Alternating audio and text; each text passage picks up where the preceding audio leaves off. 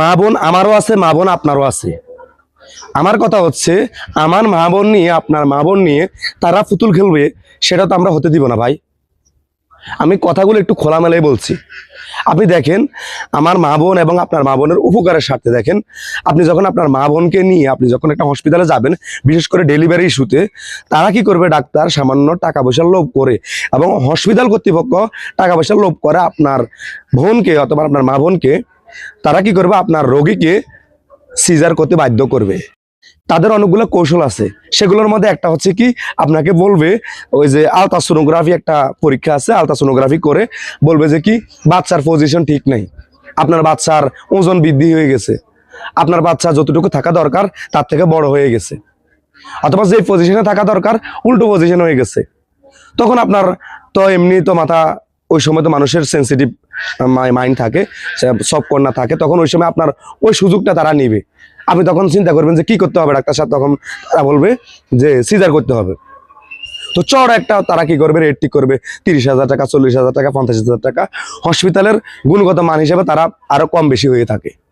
কিন্তু আমি open challenge করব, সেটা হচ্ছে আমি অনেক হসপিটাল কর্তৃপক্ষ ইন্টারনালি অনেকের সাথে আমার সম্পর্ক আছে এবং অনেক ডাক্তারগণ থেকে জেনে বুঝে আমি অনেকের সাথে সুকৌশলে মিশে যা বুঝতে পারলাম, আমি ওপেন চ্যালেঞ্জ করলাম, যতগুলো সিজার করা হয়ে থাকে সেই সিজারগুলোর মধ্যে 95% নর্মাল ডেলিভারি করা সম্ভব।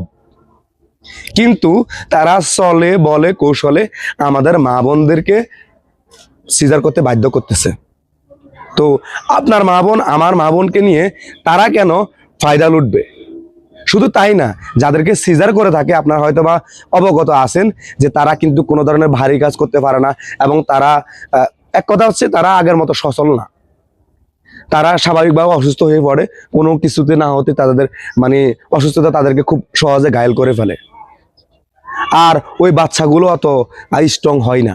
যাক, ওইদিকে আমি যাব না।